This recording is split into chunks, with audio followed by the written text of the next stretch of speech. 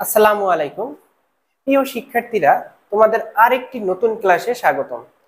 তো আজকে আমাদের আলোচনার বিষয়বস্তু হচ্ছে অ্যালকোহল ডাইপোল সৃষ্টি করলেও ইথার ডাইপোল সৃষ্টি করে না, অর্থাৎ ইথার একটি অপোলার যৌগ।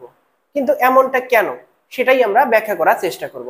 যেমন এখানে তোমরা দেখো অ্যালকোহল, তো অ্যালকোহলে এখানে যে ওএইচ বন্ডটা আছে, এখানে ওএইচ বন্ধনে অক্সিজেন এবং হাইড্রোজেনের তড়িৎ ঋণাত্মকতার মানের পার্থক্য থাকে। তো আমরা তো একটা বিষয় জানি, যদি দুটি পরমাণুর মধ্যে তড়িৎ ঋণাত্মকতার মানের পার্থক্য থাকে, তাহলে বন্ধন জোড় ইলেকট্রন অধিক তড়িৎ ঋণাত্মকতা সম্পন্ন যে পরমাণুটি রয়েছে তার দিকে সরে আসে, ডাইপোল সৃষ্টি হয়, অর্থাৎ আংশিক ধনাত্মক চার্জ এবং আংশিক ঋণাত্মক চার্জের সৃষ্টি হয়।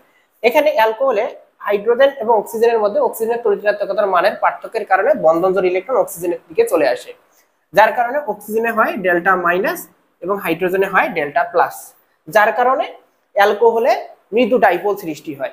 কিন্তু ইথারের ক্ষেত্রে সেটা হয় না। সেটা আবার কেন, দেখো আমরা যদি ইথারের কাঠামো অঙ্কন করি, তাহলে ইথারের যদি কাঠামো অঙ্কন করি, অক্সিজেন এবং দুই দিকে দুইটা অ্যালকাইল গ্রুপ, অক্সিজেন দুই দিকে দুইটা অ্যালকাইল গ্রুপ। কিন্তু আমরা জানি যে অ্যালকাইল গ্রুপ হচ্ছে ইলেকট্রন বিকর্ষী গ্রুপ বা ইলেকট্রন দাতা গ্রুপ।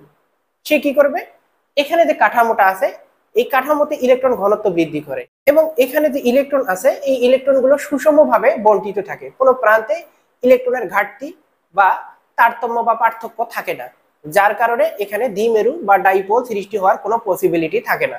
এজন্য ইথার অপোলার যৌগ, এজন্য ইথারকে একটা অপোলার যৌগ বলা হয়।